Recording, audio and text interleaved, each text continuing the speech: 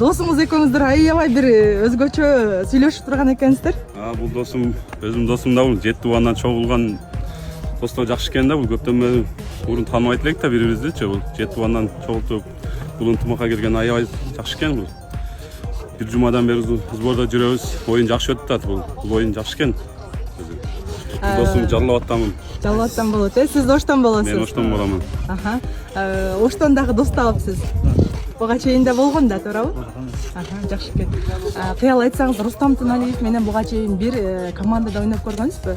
Буга чейин Рустам Тыналиев менен бир командада ойногон эмесмин. Эми мында жүргөнбүз да. Соперник болуп ойночуңуздар. Соперник болуп мына ойночук буга чейин. Эми 89 экенин билбейт болчумун буга чейин мен делечи. Бул оюнда мына 7 тубан ынтымак дегенден ошондо билдим да 89 экенинчи.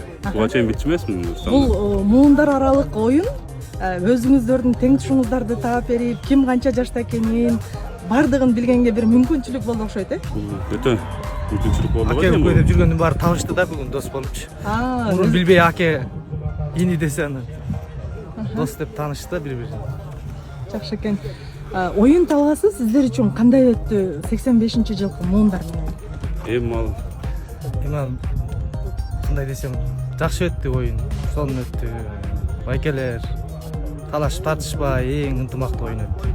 Сиз буга чейин республикалык оюндарды ойноп жүргөнсүзбү?